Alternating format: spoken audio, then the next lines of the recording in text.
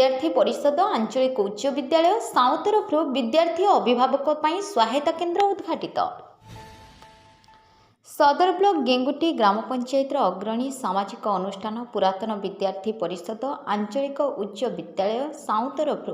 चलित वर्ष high school certificate परीक्षार्थी छात्र छात्री और सेमानक अभिभावकों सेवा सहयोग एक सहायता केन्द्र स्थानीय शिक्षाविद भास्कर चंद्र बारिक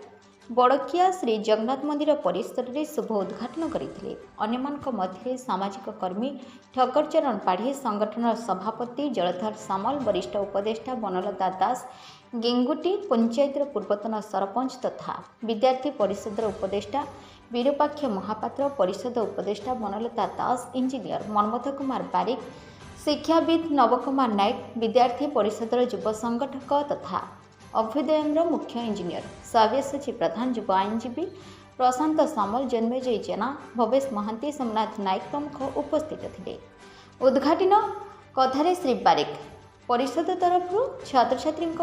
कलम रबर ज्यामिति बाक्स पेनसिल फर्स्ट एड सेवा और विशुद्ध जल घोल दही सेवा व्यवस्था देखि खुशी प्रकट करने सह शिक्षा दुनियार ए प्रकार अभिनव प्रयास बोली कहिथिले। परिषद पक्ष जो आयोजन कराई जो कार्यक्रम कराई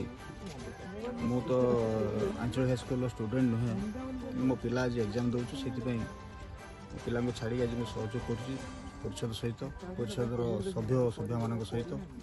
ये कार्यक्रम ए वर्ष आरंभ कर प्रत वर्ष ये चलो आज भी आलोचना है आहरी जो कार्यक्रम करेंगे जहाँ सहयोग दरकार मुझे भी उपस्थित रही। आज ये कार्यक्रम बहुत भल लगुच पे इन्स्ट्रुमेंट रही पानी रही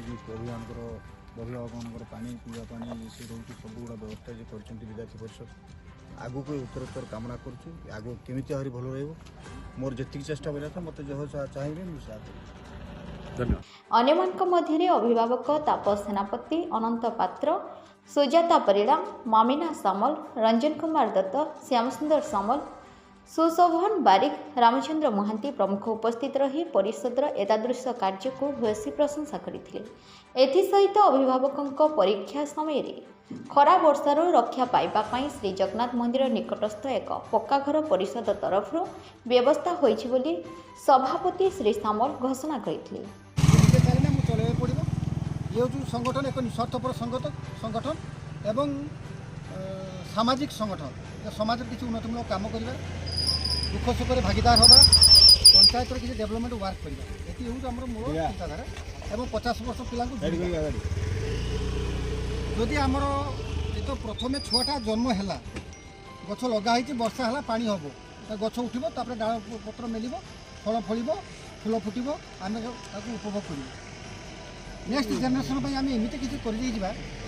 अनुप्राणित आगामी दिन को आगे बढ़ापी चेष्टा कर आगामी दिन में कि ग्रोथ हम से दायित्व तो आपण मान आम हूँ तो खाली ना ये तो बलता जमी कहला आम आगामी दिन ना ये तो नेक्स्ट परीक्षा बेलू आम खाई भी न पारि कही हेनी कि आपण मान ये दायित्व अर्पण कर आज आम वक्तव्य शेष कर अन्य हाईस्कल सर्टिफिकेट परीक्षा दिवस मानकरे एभली सेवा सहयोग बजाय रहिबो बोली परिषदर संपादक मानवाधिकार कर्मी सुधाकर सेठी जणाइछन्ति।